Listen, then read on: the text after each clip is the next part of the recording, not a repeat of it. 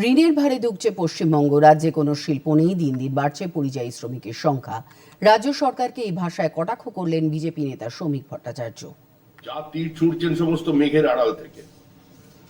পশ্চিমবঙ্গের মতো একটা রাজ্য যে চূড়ান্ত অর্থনৈতিক অবক্ষয়ে পৌঁছে গেছে,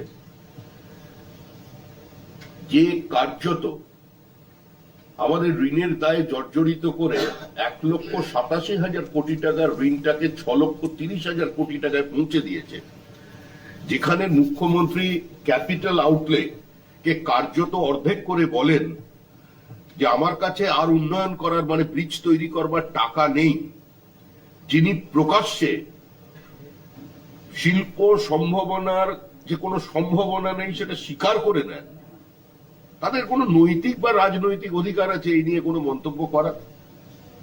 যে রাজ্যের 65 লক্ষ পরিযায়ী শ্রমিক, প্রতিদিন ফ্লাইট অফ ক্যাপিটাল চলছে, প্রতিদিন মুখ্যমন্ত্রীর পাশে দাঁড়িয়ে যারা শিল্প সম্মেলন করেন, তাদের 7 বছরের ব্যালেন্স শিট দেখুন তারা কোথায় ইনভেস্ট করেছেন।